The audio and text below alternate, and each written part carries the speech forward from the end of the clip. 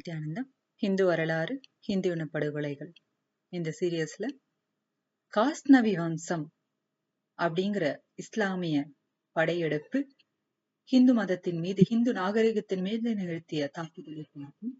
அதாவது கிபி 312 322 இந்த காலகட்டங்கள்ல காஸ்நவி வம்சம் அப்படிங்கிற இஸ்லாமிய தீவிரவாத படையெடுப்பு தான் ஹிந்து நாகரிகத்தின் மீது நிகழ்ந்த முதல் இஸ்லாமிய படையெடுப்பு.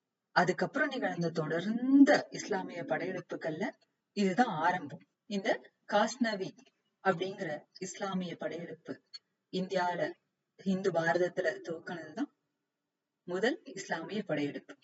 இதை தொடர்ந்து இன்னும் நிறைய படையெடுப்பு அவங்க நிகழ்த்திருக்காங்க.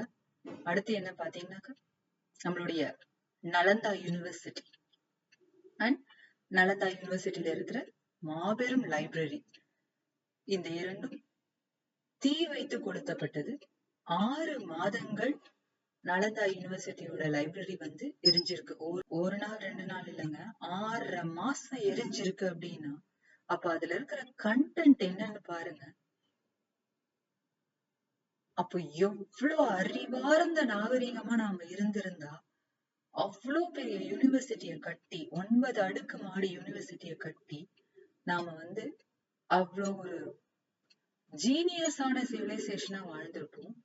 அத சும்மா சிம்பிளா தீ வச்சு எரிச்சிட்டாங்க. அதாவது நலந்தா யூனிவர்சிட்டி பாத்தீங்கன்னா ஞானத்திற்கான மையமா, உலகளாவிய ஹிந்துக்களுக்கு மட்டும் இல்ல, யார் வேணா எங்க இருந்து வேணா நாலேஜ வாங்கிட்டு போலாம். அந்த மாதிரியான ஒரு யூனிவர்சிட்டி, அவ்வளவு பெரிய யூனிவர்சிட்டி. தொடர்ந்து ஹிந்து வரலாறு, ஹிந்து இனப்படுகொலைகளை அடுத்தடுத்த வீடியோல பார்ப்போம். நன்றி. நித்யானந்தம்.